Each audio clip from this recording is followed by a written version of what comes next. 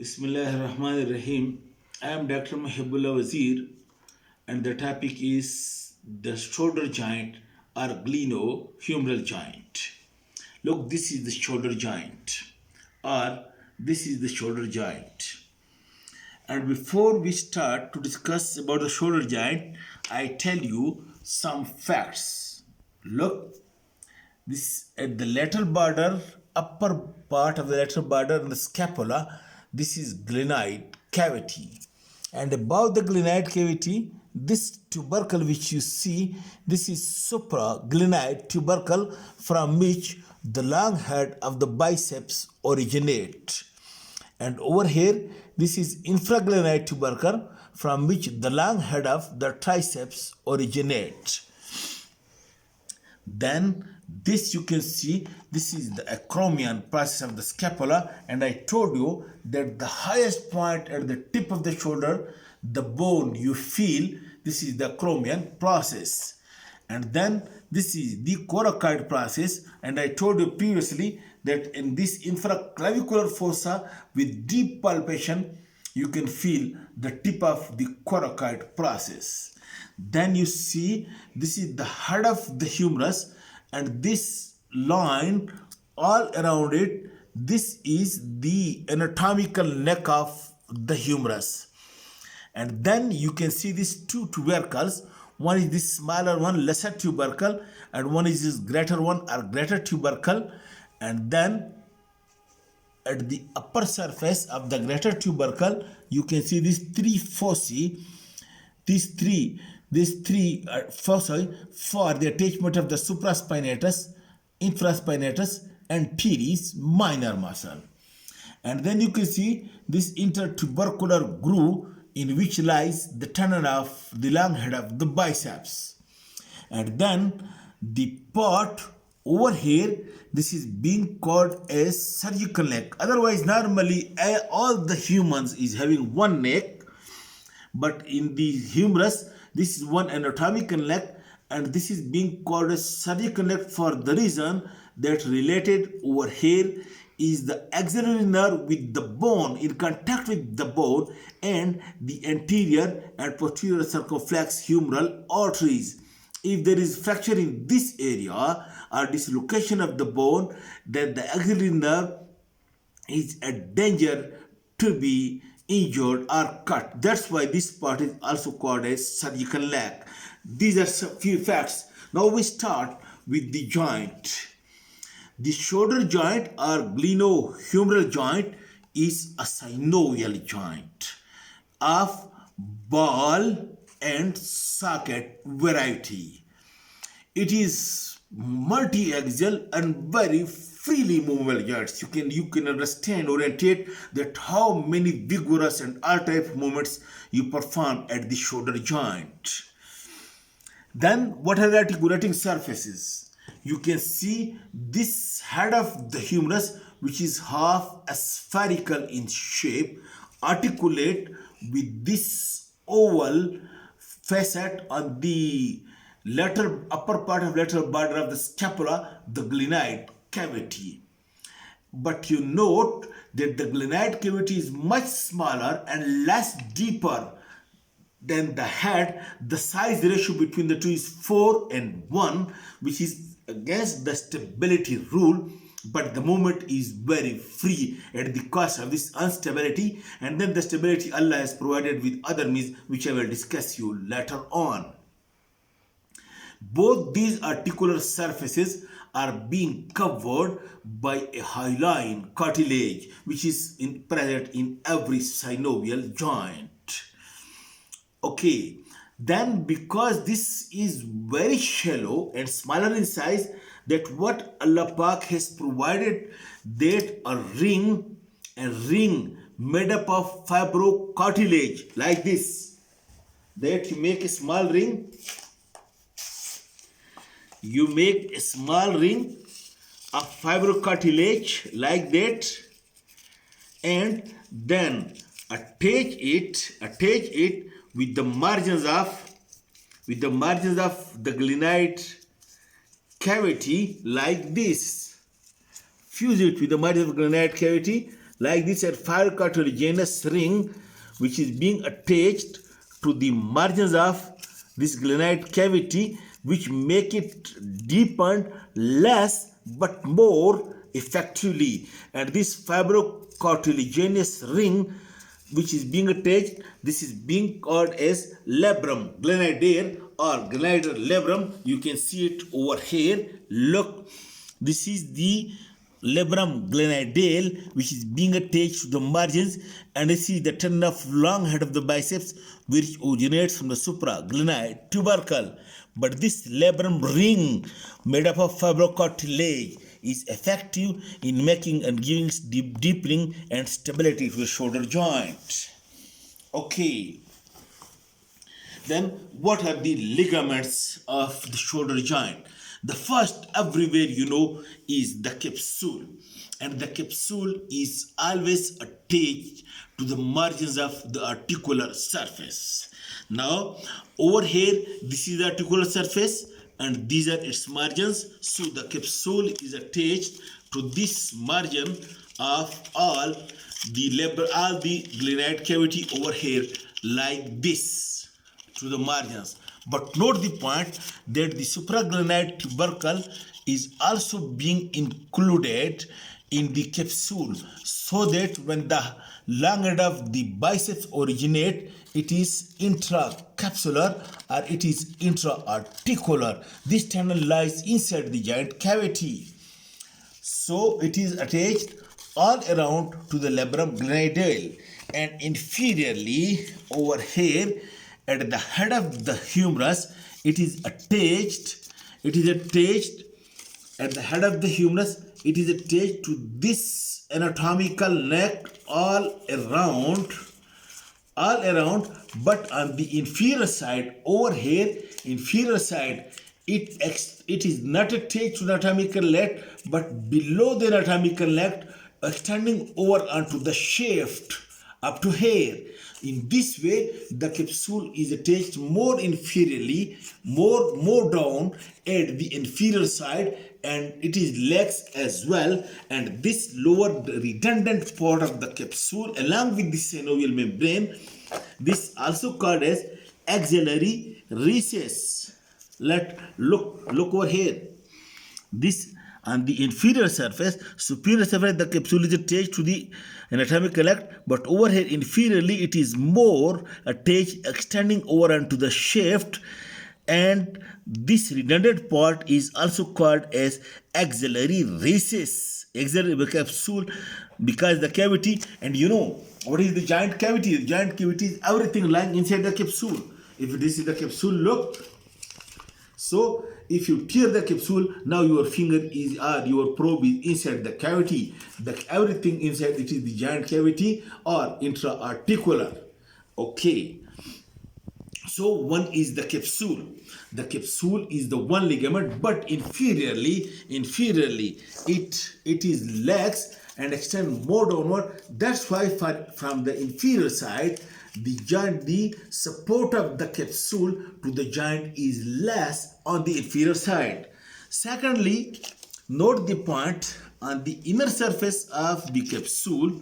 On the inner surface of the capsule over here, there are three thickenings like this. One thickening over here, one over here, and one over here. Note the point, understand. These three thickenings in the capsule, these you can see from inside. When you cut the capsule from inside, you will see three thickenings, and these three thickenings are, look, this is a sleeve. Over here you make it double. This is one thickening. You make it double over here, this is another thickening. You make it double over here, this is another thickening. In the same way, inside the capsule of the shoulder joint, there are three thickenings. There are three thickenings inside the capsule, which you look over here.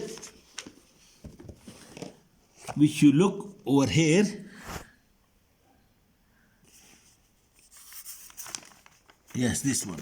Look, this is superior middle, and inferior glenohumeral ligaments. These glenohumeral ligaments are nothing but it is the thickening on the inner surface of the capsule, which you can see only when you cut the capsule and reflect it. On the inner side you will see these three thickenings, like the thickenings over here, as I told you over here. You thickening 1, 2 and 3, superior, middle and inferior, and their attachment is like this. Look the part. Look. Their attachment is from this superior medial part of the glenoid cavity. From the superior medial part of the glenoid cavity, one thickening over here, one over here, and one over here to the lesser tubercle of the humerus, inferior glenohumeral ligament, middle and superior. But these are not separate ligament, but these are the thickenings of the capsule. Now another ligament is the coracohumeral ligament. From this coracoid process of the scapula, one ligament comes over here to be attached to the greater tubercle, coracohumeral ligament. Capsule, glenohumeral, and then this coracohumeral ligament. You can see it over here. Look, this is the coracohumeral ligament. This coracoid process. This is greater tubercle of humerus, coracohumeral ligament. Okay, this you can see. This is the attachment of the capsule from this glenoid cavity to the lesser tubercle. Okay, and inferiorly it is more lax. It is not attached to the anatomical leg but extend downward onto the shaft. And this you can see from the coracoid process, the coracohumeral ligament. And the third one is a very strong ligament. The third link is a very strong ligament, and that is the coracoacromial ligament, which extend. You can see it is triangular ligament. You look from the coracoid process, it extends to the coracoid to the acromial process, coracoacromial ligament. Look over here, one ligament from the coraco to the greater tubercle, coracohumeral, and one from the coracoid process to the acromial process, the coracoacromial ligament. This coracoid process, the acromial process, and coracohumeral ligament combinedly form, which is called as coracoacromial arch. It is very strong arch. Look, if there is thrust toward the upside, these bones may rupture, but the ligament will not rupture. It is such a strong ligament, coracoacromial arch, and it gives us very strong support. And over here between this coracoacromial arch and the capsule of the shoulder joint, there is a big bursa as well, which is called as subacromial bursa as well. In the same way, the capsule of the shoulder joint also communicates through some apertures. Some apertures are present in the capsule. For example, one aperture over here which connect it over here with the subacromial bursa. There are many apertures, okay, which connects the bursae with the joint cavity. Okay, then lastly, one small ligament between the two tubercles over here. Between the two tubercles, one ligament is present over here. You note over here. Look, this is the two tubercle, the lesser and greater tubercle, and then this ligament which present between the two, which is called as transverse tubercular ligament or transverse humeral ligament, transtubercle. Some people say it is actually the thickening of the capsule over here between the two tubercles, and the tendon of the long head of biceps passes through over here. It keeps the tendon of long head of biceps in its own position and does not allow to come out from that side. Okay, now one note another part in this area, and must keep it clear in your mind, that look, this is the supraglenoid tubercle. From it the tendon of long head of biceps originate, and superficial to it is the capsule. It passes through the capsule. You can see, look, in this area, make it very clear in your mind. This is the capsule, and the tendon originates from supranuclear tubercle passes through the capsule. But the synovial membrane, which lies inside the capsule, it also lies this tendon from all around.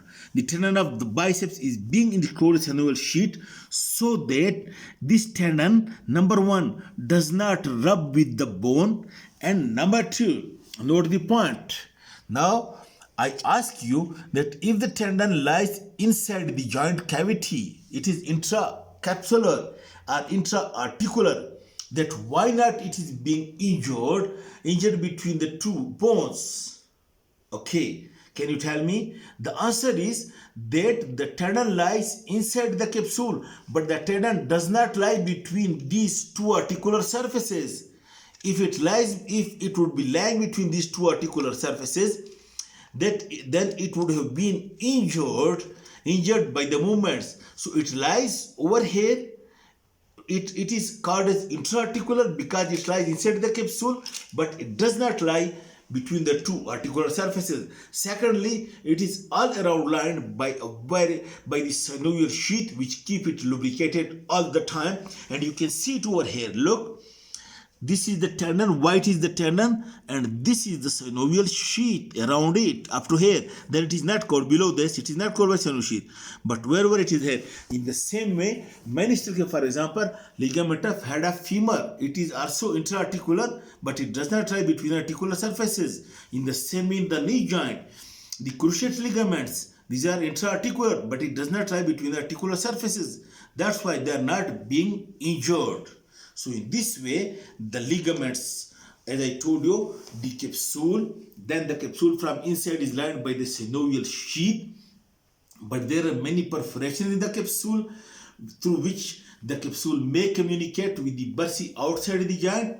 And number three, then the glenohumeral ligaments, and number four is the coracohumeral ligament, and fifth is the coracoacromial ligament, and then is the transverse humeral ligament.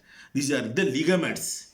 Now, you know, according to Henle law, all the nerves which supplies the muscle acting over the joint also supplies the joint as well. That's why the shoulder joint is supplied by axillary nerve, by suprascapular nerve, and by the other branches of the posterior cord, which supplies the muscle over here. It also supplies the joint over here.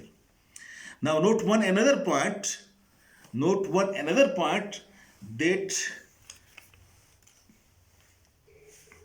that I told you in the start, that structurally the joint is very unstable because the head of the humerus is too big than the glenoid cavity. That's why it may easily dislocate. But what Allah has provided to it, number one, you know, the strong ligaments, the coracohumeral ligament, coracoacromial arch, which I told you that the coracoid process arch and the coracoid ligament combinedly form one arch, which is very strong. That's why upward dislocation is almost impossible. And then the other small ligaments as well. And then note the point that the all around, look, Allah has provided, note, this is the capsule of the shoulder joint. You can see this is supraspinatus, which comes over here and attached and blends with the capsule.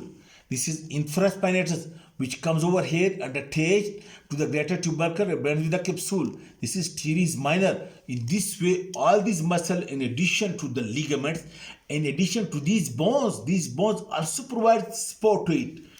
And then these ligaments, these muscles, and from the front side, this subscapularis muscle, which comes over here to be attached to this lesser tubercle. In this way, subscapularis to the lesser tubercle, supraspinatus to the greater tubercle, infraspinatus to again to the greater tubercle, and teres minor to the greater tubercle.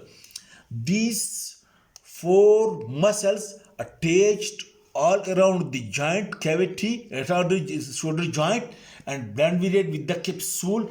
These are called as rotator cuff. Although all of them are not rotator, especially for example, you can see the supraspinatus is not rotator, but it is called as rotator cuff for the reason that they have provided a strong rotator group around the joint, so that when there are movements at the shoulder joint, these muscles, in addition to their prime movement, for example the abduction, the flexion, the rotation, their main action is also to keep the head of the humerus always in contact with the glenoid cavity and do not allow to go out of it, do not allow to be dislocated. That's why these four muscles give a strong support for dislocation, and it gives stability. And in addition to the ligaments, then this tendon of long head of the biceps, as I told you, you look over here, the tendon of the long head of the biceps, look, it lies superior to the joint. Look, the tendon of long head of the biceps, it lies superior to the joint, and it gives splintering effect from above, while the tendon of long head of the triceps, which originate from the infragranate tubercle, it gives support from posterior side. In this way, the shoulder joint is being supported from posterior by the long head of the triceps, from above by the long head of the biceps, and from all around by the rotator cuff muscle, and then by the coracoacromial arch, very strong support from above, coracohumeral ligament and other ligaments. But from the inferior side over here, look, from this inferior side over here, there is no ligament and no tendon. Over here in this side, there is no ligament and no tendon, and the capsule is also coming more downward and less over here. That's why the inferior dislocation of the shoulder joint is easy and common. And you would have noted, the rest of the people, that what they do, they abduct the arm, and then they extend it and rotate it laterally, and then they apply force over here on the inferior side to dislocate the shoulder joint, because in this way the inferior dislocation become easy. Okay, then note one another part over here. Okay, I think it's sufficient for today, and then some other factors, the movements of the shoulder joint, and some other points I will tell you in the next lecture. I hope you understand. Thank you very much.